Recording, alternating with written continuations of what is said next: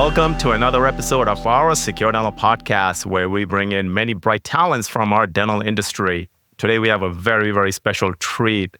I got this gentleman here. This guy has been like my lifesaver in full arch. But before we get started, I would like to shout out to our sponsor, Dentvia. It's a dental virtual administration company that helps our front desk staff supercharge them with back-end calls and back-end tasks. So definitely visit them at www.dentvia.com. Again, that's DENTVIA.com. Now, without further ado, I got Dr. Jonathan here. He's a world-renowned double board certified implantologist and has revolutionized the dental implant experience with the XCell Implant Process. With over a decade of experience in full mouth rehab, Dr. Jonathan has harnessed the latest digital dental technology to offer faster, more predictable, and superior quality service from his state-of-the-art office. Dr. Jonathan, the brains behind the XCell Implant Process. Welcome. Thank you so much. Thanks for having me. So, Doc, how did you get started with dentistry? Let's go back in dental school.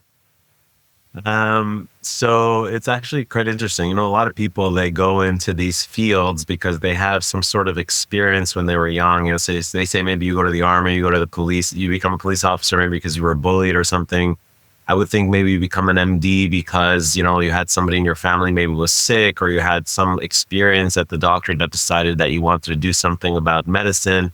And if you were a dentist, maybe you got hit by a car, or you had some crazy dental experience that made you love it. But to be honest with you, I've never had a cavity in my life. I went to pediatric dentist my whole life and just had cleanings. Never really had my biggest dental experience was at the oral surgeon to have my wisdom teeth taken out like every other 17 to 18-year-old kid. And I decided I'm going to go to do dentistry because I like people. But before dentistry, I thought I was going to be a computer science major. And then I realized I really like people. I like technology, but I really like people also. And there was nothing in technology 20 years ago when I became a dentist. I mean, the biggest thing was a Diagnodent. You know, like that was like, wow, that was huge. And maybe Dentrix had come out and we can actually not have to write our full chart. Like you thought, like hybrid charts. But I said, I'm going to be a pediatric dentist because that's what I know about dentistry. And I did an externship of pediatric dentistry in dental school. And I swore to myself that I don't want to sing the wheels on the bus go round and round for the rest of my life every single day. So I really looked into more things in dentistry, and I couldn't find anything that I loved more than the other because I just loved everything. And that led me to where I am. And people ask me, like, how did you do this? And I said, you know, I went back 20 years ago. We had this class in dental school that said to us, write down your mission statement. Write your mission statement about why you want to become a dentist and what is your business going to look like and what's your practice going to look like. And I read it till today. I found it and I read it till today. And the major topic was, or the major theme was, change the brand of dentistry. Because I was so tired of hearing, no offense, doc, we really don't like you. And that's like the most offensive thing, because if you're a dentist, right, and you really care about your profession, you know how much we think about it, how much we dedicate our life to make the patient experience the best. I mean, listen, I'm not the one that makes the Septicane taste really bad. I just buy it. I mean, I'm sorry, anesthesia tastes bad. And I wish I'm not smart enough to make it taste good. And yeah, you know, so like I really said, you know what, when I started doing full arches, I said, there is no way I'm going to be taking these Oprah tray impressions, cutting up these Invisalign trays, ordering a custom tray, hoping that I find those holes before the cement, the PVS or the polyether sets, and do this again. And then when I take it out and send it to the lab either loses my impression or they mess up on the pour, and then I got to redo the whole thing again. And I was so tired of apologizing to my patients for things I didn't do.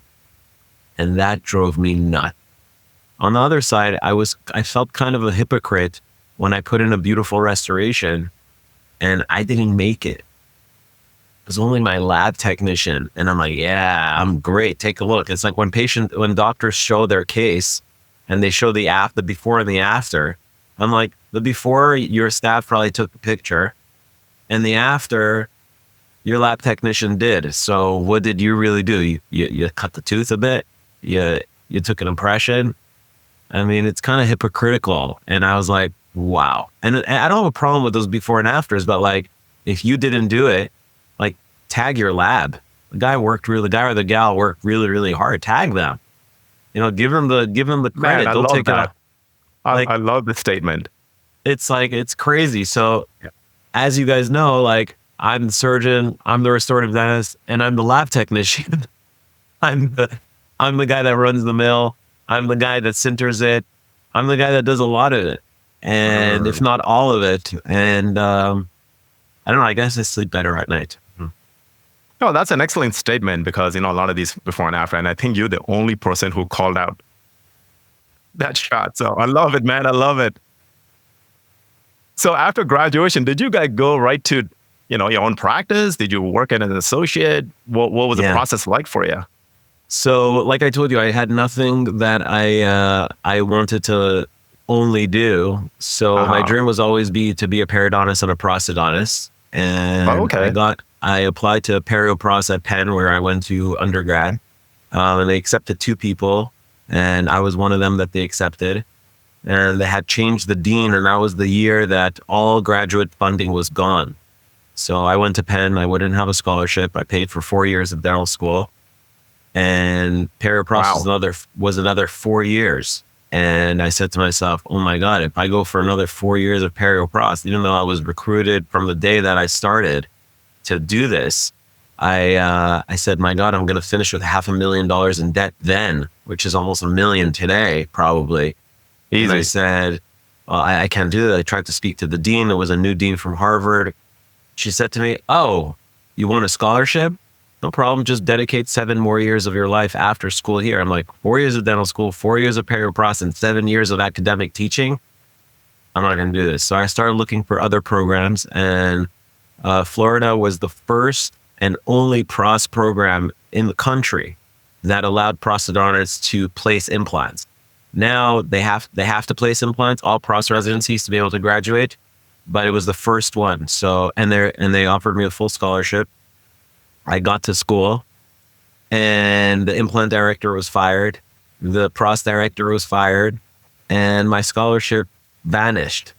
So I said, wow, well, I'm not gonna leave Penn to come to this school. I'm not gonna stay school, right? Not even.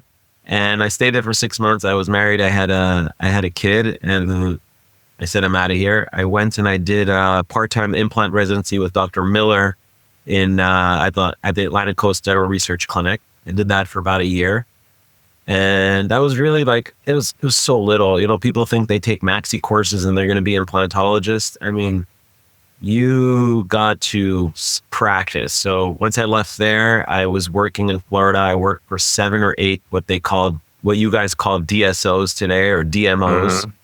And I got fired 7 times. And wow.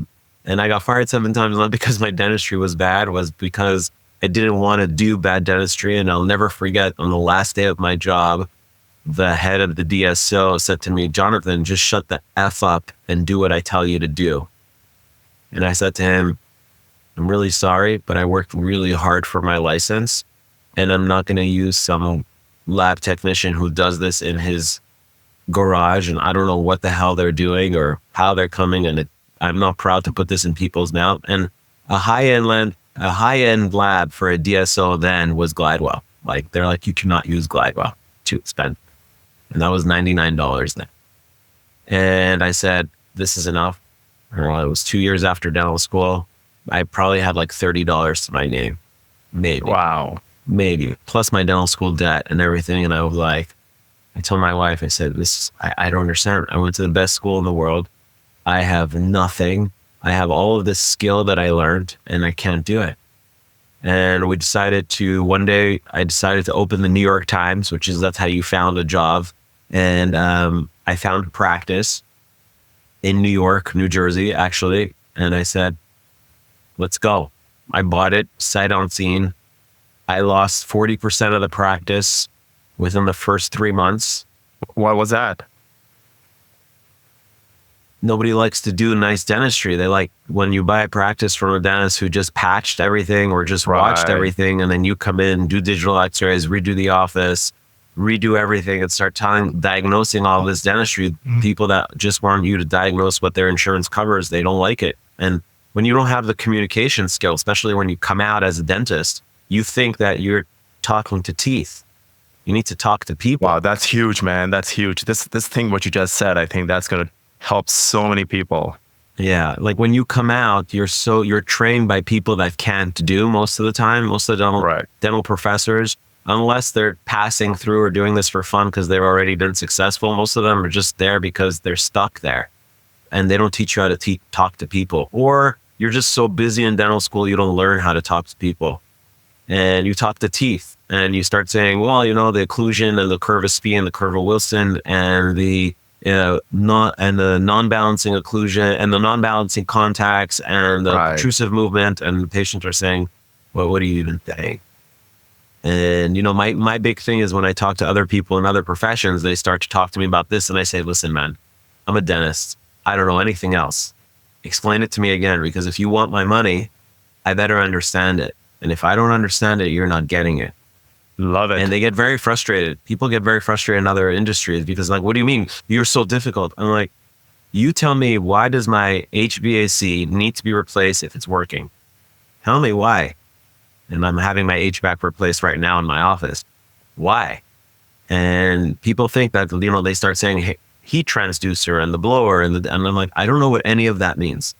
Like, explain it to me. And we do the same thing every single day.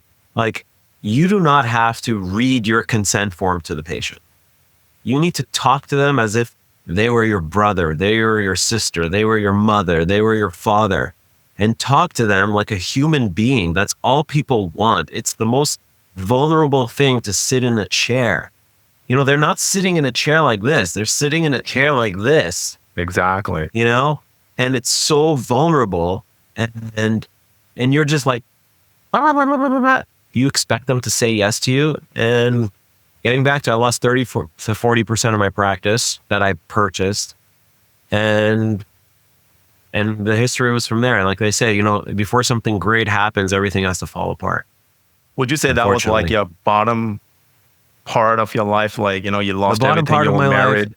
And not I didn't care about the patients. Really, the biggest thing in my life was my dream was to be a Florida dentist. I came from Canada. It was freezing. I want to live in the sun. Right. And that was my dream, to do cosmetic dentistry in Miami, Florida.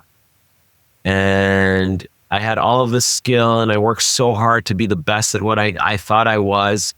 And nobody gave me the opportunity. I was just another associate. What was nice about being an associate is that I used to come in with my coffee, my newspaper, and my bag, and everybody was happy to see me. As opposed to today, not my staff, but I'm assuming a lot of people, they come in, everybody runs away. Oh shit, the boss is here. Yeah, you know, it's a different mindset. And associates, they don't get it. You know, when you're an associate, you're living by today, and that's one of the problems that associates have. They say like, well, how much am I going to make today? And dentistry is not a sprint; it's a marathon. And there's going to be days where you're not going to make any money, and there's going to be days that you're going to lose money. You may have to write a refund check. You may have to redo something at your own cost. That's just the business that you're in. But if you understand that you build relationships with people, it's like, you know, when I first started, I wrote a book. It's called The Trust Factor, about building trust with people. And I used to teach about all of these ways to talk to people in the hygiene room, how to build trust with your treatment plan. And, you know, today, like almost 20 years into this, I really don't have to do that as much because my patients know me. I did that 15 years ago. So if you're a young dentist and you're an associate, like, use that opportunity not to make as much money as possible. Use that opportunity to hone your skills. And when I talk about hone your skills, is not hone your skills just like communication wise. Try what works, learn about what works, learn about nonverbal communication with people. But more importantly, like, how do you become a full arch dentist if that's what you want to do? Take out a shit ton of teeth. give out bone grafts for really cheap. So you learn how to pack bone. You learn how to manipulate flaps. You learn how to do multiple different types of sutures. Because I can tell you, when you see full arch dentists and they show you their flap wide open and they have all of those implants put in, that is the easiest part of the procedure. The hardest part is how are you going to put it back together so that it looks good and it stays good. And I always tell my team, I'm like, this is the most important part, how we put everything back together. It's doing the screw, dude, anybody could do that. Love it, it's a bit like one of the guys I used to go to dental school said, it's a big post and core. It's a huge post and core, not that hard. But to put everything back together, to manipulate the tissue so that it has tension in certain areas and no tension in other areas, and it stays where you want it to stay and it thickens where you want it to thicken, that is everything about full arch dentistry. Because you can see people that are doing full arch dentistry, you look at their cases, the tissue is gone, completely gone, like 6 months, 8 years. And that's why when I show my post-ops, I don't care about the x-ray. The x-ray is for dentists that treat teeth. When I post my x-rays, like, look at my tissue. That is everything. If the tissue stayed, that means I designed my prosthesis correctly. I educated my patient correctly on hygiene. I maintained them correctly. My occlusion is correct. All of this stuff, that everything comes into it. And really, I would say that probably like real implant dentistry. And when I say about real implant dentistry, is not oral surgery implant dentistry, periodontics implant dentistry, general dentistry implant dentistry, but a real implantologist implant dentistry that involves surgery, restorative dentistry, and lab. That is probably the hardest thing in all of dentistry. So yes, the money is fun. I want to do what you do. Hell yeah, I also want to go to the marathon, to the Ironman, and wait at the finish line and cross with you. But that's not the way it works, man. You gotta really, really study your craft. And if you don't study your craft, you're never gonna be great. You're gonna get burned. And that's what happens. People get burned. And It's not fair because there's a lot of money involved. You know, you're so true about the money involved because people are actually putting their houses, they're taking out like HELOCs from their houses, right? And their homes where they live. And they're trying to get this procedure done. If you are like one of those weekend warriors, I mean, you got to understand there are limitations. And I love the fact that you like hone onto your skills. Yeah, you know, we talk so poorly about our dentist friends that go and take a course on the weekend. I mean, when else do you want them to take it? Like, the weekend is when they're not treating their patient, when they're able to like breathe. But I think weekend warrior is probably we're referring to somebody who went Friday and Saturday and then decided he's an expert. No, that's exactly what I meant. Yeah. You know? And it's important for us to say that because like, when else do you want me to take a course? MDs also take courses on weekends, you know? Hey, I did all the weekends, you know, I did like several weekends, right? And nothing wrong with that, but I never called myself an expert till I did not put in the hours and the years. Amen. Into getting that craft, like, you know, like perfected. You went from your office. So let's dive into your XCell process, man. I mean, I love this stuff here. I've been using it for about a year. I'm sold. I mean, I try so many different systems out there. I mean, this is like no joke. I even had like my lab guy coming out do photogrammetry for me. But ever since I started using your product, photogrammetry is out of the window. No. So let's talk a little bit about that. Yeah. How did you get started with this? Oh man, like I mentioned before, when I was doing full arch dentistry, I was doing it like everybody else. You know, take the teeth out, place the implants, do a denture conversion, grind the shit out of the denture, trying to make it fit. Patient always ended up like this. Then patient goes home after that grueling 16-hour surgery, comes back. You got to take everything off. Hopefully it didn't fail. And then start all over again and start taking all the records and the bite ribs and the wax and the this. And I said to myself, if I'm going to scale this process is not scalable, impossible. Like imagine I did 20, 30 arches a month like that. Like, okay, the surgery you can do, you know, but how are you going to restore it? You know, and I think that implant dentistry hasn't changed before I started pushing this whole digital thing, which I believe I was really the first one that ever did this. And I'll tell you about this in a second. But implant dentistry didn't change because it was controlled by surgeons. And surgeons just placed the implants, gave them the immediate denture, and it was someone else's problem. Correct. All of the funds were usually eaten up by the surgery, and the restorative dentist, which was usually the general dentist or the prosthodontist, had to like deal with whatever money, small money was left for the patient to restore them. And it was a loss leader. The lab bills were, for a good hybrid, was anywhere between $7,500 to $12,000. That's what it cost. And I would say 2008, 2009, that's what you had to pay. The components were crazy. Gold was crazy. Zirconia wasn't as nice. And if you did use zirconia, you had to use it as a substructure. And then the guy had to layer the whole thing. And then everything broke 2 years later.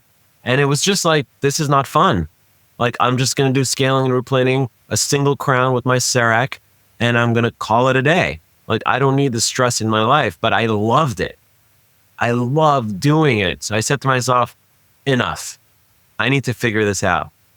And I literally deep dove into digital dentistry. And I think that when the Trios came out, Trios 3, and when the Roland machines started to become actually affordable, not 50, but Roland 51 became available, it was actually financially feasible for us to actually do something like this. The problem is in 2015, 2016, when I started inquiring about this stuff, everybody said to me, no, it doesn't work. And I said to myself, we do full arch of teeth with a scanner. Why doesn't it work with implant?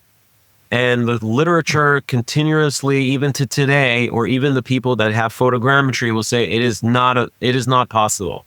And I just take out the thousands of x-rays that I have and I show it to them and I show them the post-ops, and it is possible. And in 2024, like, I don't need to do that anymore. But in 2016, 2015, when I started to teach this, everybody said I've doctored my x-rays. I lied about the cases. It wasn't true.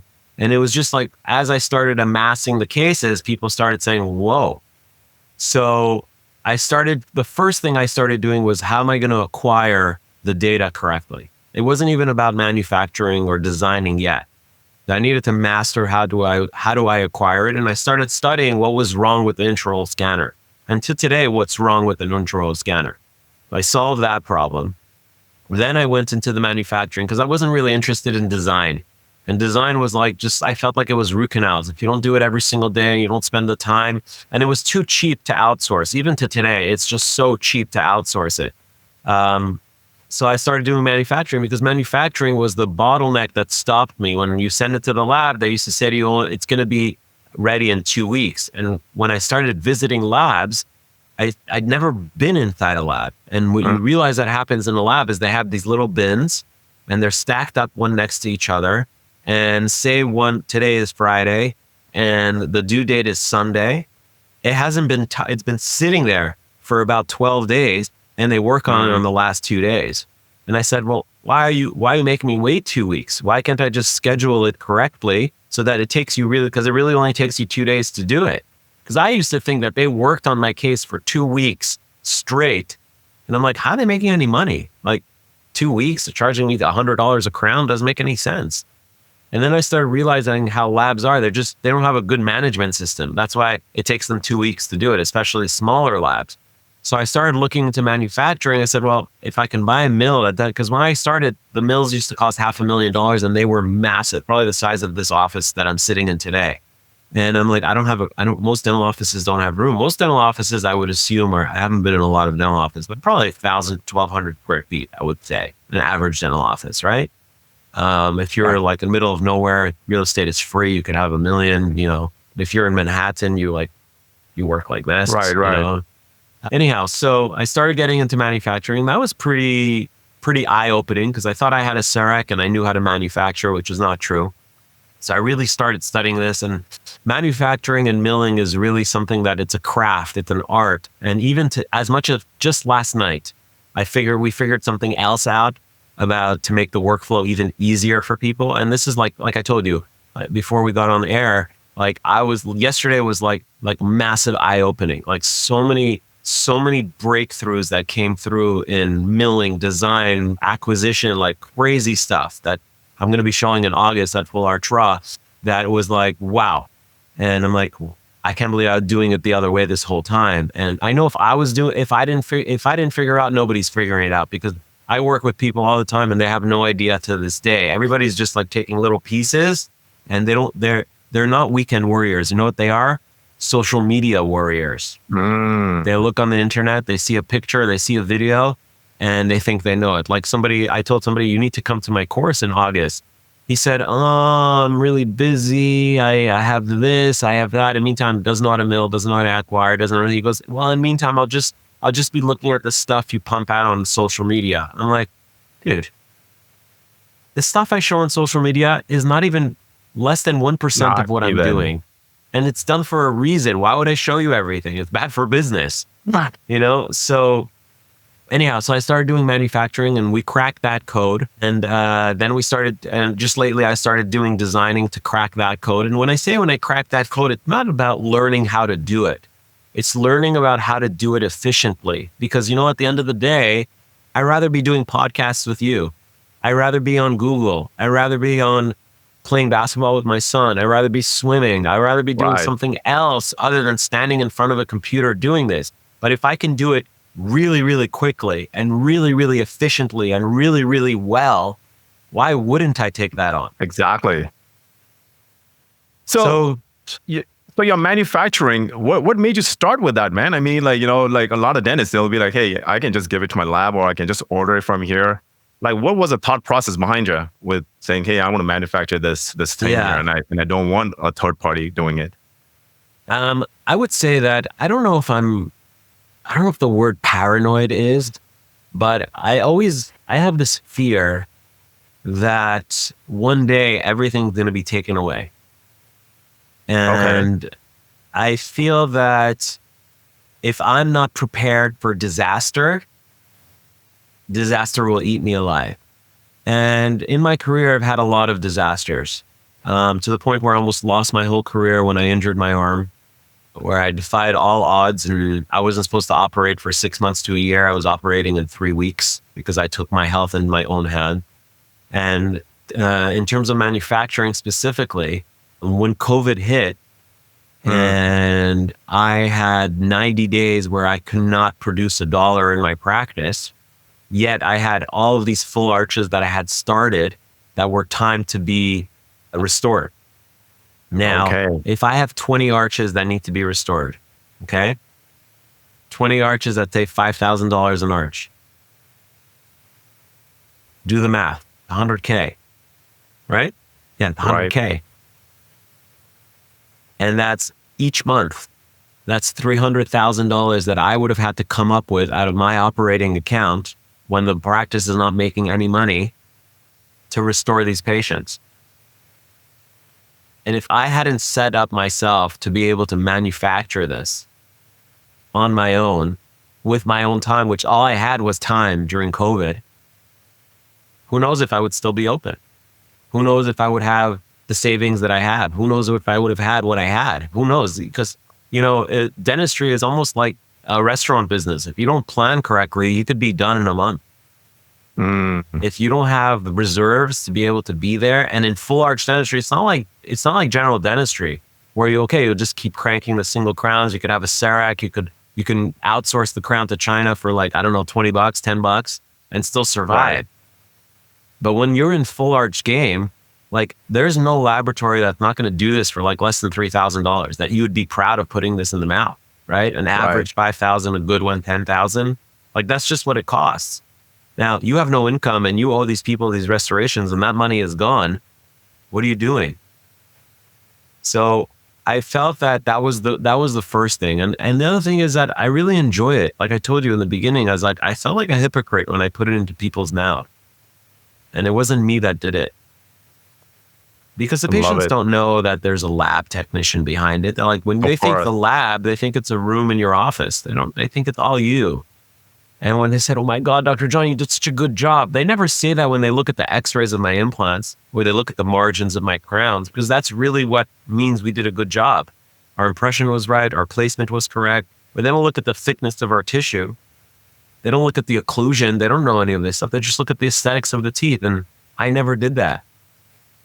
it's hypocritical on a daily Exactly. basis.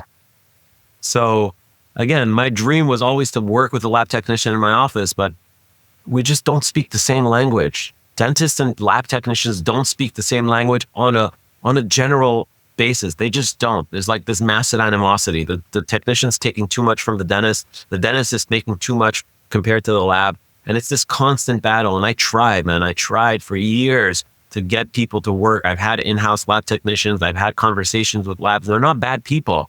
We just speak two completely different languages and we're doing the exact same thing. So for me, I just felt like it wasn't going to be successful. So I needed to figure out to do that. And I'm also very impatient. Like if I put in a prototype on Monday, I want to finish the case on Thursday. That's just the way I don't want to think about it anymore. I finish the case, on to the next one, on to the next one, on to the next one. And that's the freedom that this gives me. I love freedom. I love it. I hate owing anybody money. I hate having to rely on somebody else. And there's so many things we have to rely on as it is in a dental office. The less I have to rely, the better it is for me. That's awesome. So what's next for you and your XCell products? I mean, I'm always looking forward, like what's coming up. So, like we came out with the two latest things that we came out with is I redesigned the scan body. I was the first one to ever invent and patent a cup-specific scan body. Scan body is one of the biggest errors that intraoral scan has is that the scan body isn't picked up correctly. So with my THS caps, they will always be picked up and the triangles will always be perfect. So we came up with the THS scan body. When I originally made it, I put a really small head on top to be able to temporize very easily. But we found in some cases that if you scan too fast, because it's so small, the scanner doesn't pick it up as sharp. So what we did was we changed the head to be our beloved JA scan body, which was my original scan body. It still has a different cuff heights. It has the different colors. I've also invented something called the power tack screw that it allows you to. I love those. Reference your bite, reference your pre-op and post-op. We made it in two pieces. You can even use the power tack screw if you buy the one piece as a bone generation guide to be able to let you to tack a bone out. It's the only bone tacking screw that is multi-directional, that you don't have to screw it in like with a Phillips head and go straight through. Right. It has my Powerball head on top, so you can change the angle to 30 degrees. So if the patient is back there and you can't get your instrument back, you can still angle it and be able to get it in. So imagine going like this to the side of the head and not having to put the screw through the patient's cheek. And that's really it. We have Powerball 2.0, which surprisingly a lot of people haven't jumped on. I think it's just a really better screw. I have no 1.0 is What's amazing. What's the difference with the 1.0 and 2.0? Yeah. So the difference between 1.0 and 2.0 is that the screw is exactly the same. The difference is the shaft on the inside has one extra feature.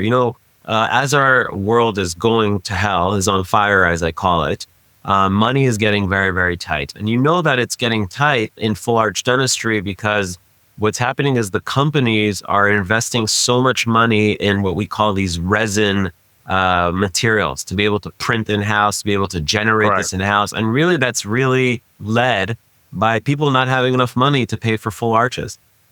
And dentists need to figure, because they don't know how to mill, because they don't know how to layer porcelain, they know how to do composite. So if they can buy a printer for $10,000 and they can use a resin that's as strong as enamel, if not stronger, then it should make sense and I should start to use it. The problem is that how do they hold these things in? And if you use a tie base on any printed or PMMA material, it just doesn't work. It will debond, it will break. Less on resin, we're more on PMMA, but when it does debond, the restoration is cooked. So what we found was these restorations innately, resin more than PMMA, because again, PMMA, you still got a mill, but more people are using resins. Innately, these resins, they're flexible. It's just the way they are. They're very, very, very flexible. And what happens is when the patient actually occludes on these, the restoration microscopically goes like this. Sure. When the restoration microscopically goes like this, your screw goes like that. And then you're more likely to have screw loosening with any screw. Now, you'll have the least amount of screw loosening with my screw. So what we've done is we've created this extra screw loosening feature that you can use if you want. And the way that you would want to use it is if you actually torque Powerball 2.0 to 20 Newton centimeters, it acts exactly like Powerball 1.0. It uses the Powerball head to clamp down the restoration and hold everything down. Now, if you have a restoration that you're like, I know this guy is going to be in a long-term temp, or I know this guy's in zirconia and he's really grinding and he's more likely to screw loosening, the second you go to 25, the screw just goes just slightly deeper into the seat, and it engages a very, very small 5-degree cone to allow it to have that extra screw loosening feature. And that's really the difference. Oh, the wow. Yeah, go ahead. So it could go up to 25. Yes. Powerball 2.0, I torque to 25 all the time. Amazing. I want that extra feature. And that's not available in 1.0. No, because it's not part of the 1.0 body. The 1.0 body is a parallel shaft. And the reason it's a parallel shaft is because all of the forces, instead of going to the thread, it will go to the thicker part of the Powerball, which is right under the head of the Powerball. And you'll see when Powerball screw breaks, it never breaks deep down like all other abutment screws, which you can never get out. It will break right at the top so that you can actually use an Explorer and just turn it out. You can see it. Wow. Designed that way. A lot of people don't know. They're like, oh, I buy the Powerball screw. It's a good screw. It's bigger. It looks great. But there's so many things that I built into this. Why? Because I had problems. I'm a practicing dentist. And you said in the past, you tried so many different systems. Exactly. All the other systems are not invented by dentists. And if they are, quote unquote, invented by dentists, they either copied me or they're just regurgitating corporate words. That's just the truth. And they know it and I know it. And my system was developed from the ground up. From my years of experience and my years of messing up and my years of learning what's right and what's wrong and really building all that in. And for us as dentists to rely on some engineer at Noel, at Straumann, at 3i, at Zimmer, at all of these implant companies to actually create anything is ridiculous because they don't live what we live. Correct. They don't live. That's why I would say the best practice management software is the one created by a dentist. The best impression material is probably the one created by a dentist, right? All of these things that dentists create is because we know the problem and nobody can understand. I can tell you my problem, right, Doc? But if you don't live my problem, your head's not going to be like this. You're going to be like, what is he talking about? But the whole podcast, you're going like this because you live my life and I live your life. Man. We live together. We have the same issues. I don't care where in the world you are. It's the same thing. And it reminds me of that part when one day when I was ordering those THS scan bodies, remember that tack screw? And then I can't remember if you remember or not, but I was like using breadcrumbs and those little breadcrumbs that are all over the place. And when I saw that THS, I'm like, all right, what do I do with this THS? Is it a scan body or is it, I use it for reference and you were like, hey, you can use it for both. And I was like, man, this is awesome. I mean, these are the kind of things that I was like, just wowed by when I saw your products. Seriously. And tell me if true or false. Are you wowed about it because you think it's cool or are you wowed about it because it solved the problem that you had? It solved every single issues I had with full arch. So my photogrammetry, that's the first thing I was telling you. My photogrammetry went out the window. I mean, what's the point? I mean, literally, I can say this factually that you saved me 40 grand from investing into one, right? I was having my lab guy come in and he kept telling me, hey, why don't you go buy one? You go buy one. And I have multiple locations. I cannot buy a photogrammetry for every single location. It doesn't make sense. And your when system they drop helped it, me it's over. scale. My man, I mean, I can say that wholeheartedly, your system helped me scale every single location. So thank you, man. I'm so happy to hear that because, one of my, what I told you in the beginning about changing the brand of dentistry, dentists they practice by themselves. At least for me, I'm a solo practitioner. I have a small team. I have one office. I'm busy enough. Thank God. I don't know. I used to have 3 offices. It was too much for me. It doesn't work for my brain. But one of the goals that I created for this was like, there's just so many patients I can treat. There's just so many lives that I can change. But if I can create something that other dentists can use, not only will I make the dentist's life easier, but they will change other people's lives. So whenever I see a restoration with my Powerball screw that use my system, you do not understand how happy it makes me. Not because you send me $200 to buy these parts. I don't give a shit about that. That's not what I'm in it for. Right. It's because I can change your life, and I can be like, when I die, you'll remember that I had an impact on you and I never met you in person. And your patient that's walking around with a restoration with my screw or my process, I made an impact on them through you. And to me, that's everything. That's my reason, other than my family, that's my reason for being. If I can make an impact on people and make the world a better place with what I thought of that God gave me, I'm good. I'm happy. That's all I Amen. want. That's preach, man. Hey, so I want to end with this one thing here. You got a course coming up in August. What's that about? And who's it for? Yes. So it's fullarchraw.com. It's going to be in Miami, Florida on August 8th and 9th. I am going to be partnering with one of my students, Dr. Ryan Dunlop, who has really taken digital dentistry to another level, to a point where him and I get the same results. Mine's better, but him and I try to find the same result, but he does it in a completely different manner. And when I talk about a different manner, that means that the way that he acquires data, the way that he manufactures, the size of the people that he uses, meaning how big is his office, right? He's taken his methods and created a massive institute to be able to do that, and gives courses all the time. And that's what he loves to do. He has multiple associates, and it teaches, and what you'll learn is you'll be able to learn full arch digital dentistry, from marketing, from acquisition, from milling, from how to, I have a section on how to close. If a patient says to you, I need to talk to my wife, what do you say to them? You say, okay, fine, call me back. Patient says, oh, let me think about it. What do you say? And in full arch dentistry, it's different than a single crown. And I'll have a whole section on how to close. I'll have a whole section. Ryan's going to do a whole section on marketing. I'm going to be doing a section on intraoral scan. I can say to you, I'm going to say this. If you're like brand new in this game, it's going to be way over your head. Got it. If you want to be like, wow, come. If you're in this game and you're like, I've done a couple arches, I want to scale these arches, I don't know what to buy, how to do it, where I should go, intraoral, photogrammetry, if I should even go into this, which is probably everybody in this world, come to this. If you're just a general dentist that doesn't even want to have anything to do with full arch, not for you. If you're a general dentist that doesn't know what an intraoral scanner is, this is not for you. If you're a general dentist that doesn't understand what a multi-unit abutment is, this is not for you. If you're a general dentist that does implant dentistry, that does full arch dentistry, not at a crazy level, even if you do one arch a month or one arch a year, and you understand that you would love to do more of it because you enjoy it, this is where you want to go to, because it's going to be like a fire hose. Because usually I give my course 2 days by myself. I now have to share the stage with somebody else and give the same amount of information. So someone attending better be prepared. You gotta sleep a week before you come for this, but this is gonna be, it's gonna be the truth. There's no corporate sponsors at all. There's nothing wrong with, there's nothing wrong with sponsors. But we wanted to be able to just disseminate 100% the truth. That's it.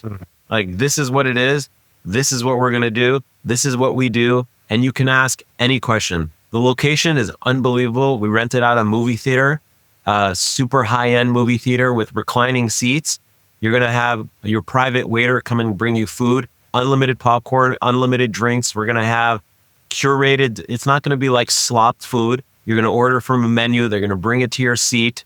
It's going to be like super high-end. Wait a minute. You're going to have this course in a movie theater? Oh, this is a show. Awesome. This is a show. And it's not just random movie theater with shitty seat. These are this is like, imagine like Emirates like first a reclining class couch seat. And stuff. Full reclining couch, full table, full food, unlimited popcorn, because this is really going to be a show. And it's going to be something in dentistry that nobody's ever done. And mark my words, after I do this course, everyone's going to rent a movie theater because it's genius. The screen is huge. The seats are amazing. Everything is just going to be great. The food is there. The location is in Miami, Florida. I mean, why not? We have like just a couple spots left. I think there's like 7 or 8 spots left, and then it's over. I can't add your chair anymore. But you legit, if you're not going to come for the education, come for the entertainment because you're going to love this. You said August 7th and 8th, right? August 8th and 9th, Thursday, 8th Friday. and 9th. Okay. 8th and 9th. Not a weekend. 8th and 9th. You get the weekend Got to it. chill with your family. Got it. August 8th and 9th. Let me see. That's a Thursday and a Friday. Yeah. Oh, man. You're enticing me on this here. You, your friends, anybody who's going to come, I'm telling Got you, it. this is going to be, it's even a time to just relax with like-minded Sure. people. With like-minded people. Because the people, I can tell you, the people that registered, they are amazing. Like these guys Okay. are, this is like the people that, like, you want to be with the best. It's like a mastermind of the best that come to these courses because they know. And to be the best, you want to be with the best so that you can be better and better and better. All righty. I'm definitely going to try my best to block that calendar, man. I mean, this sounds amazing. Who else than the guy who's actually I'm using his system, right? You have all the answers in front of you. The only one that can Right. stop you is yourself. Exactly. 1000%. Hey, Jonathan, thank you so much. I mean, this was an honor and a pleasure to hear your story and the whole process. This is such a great thing. Thank you so much for having me. I appreciate that. I'm definitely going to put your link up and also the link to the course as well. So any last tips before you go? All I could say is we live in a world of social media where what you think you see is real and it may or may not give you anxiety about it. All I can say to you is love what you do, have passion, and I promise you everything will work out. Don't worry about all the noise. Don't worry about everything else. There's going to be challenges, but you can barrel right through them as long as you love what you do, you are passionate, and you have the right people around you. So check those 3 boxes, and I promise you will be successful. Man, that's preach right there. Appreciate you. Thank Thanks you a so lot. much. All right. Well, yeah, I mean, hey, everyone, we're going to land the plane. This was an amazing episode. Definitely check us out on our next one and make sure to like and subscribe. We'll see you next time.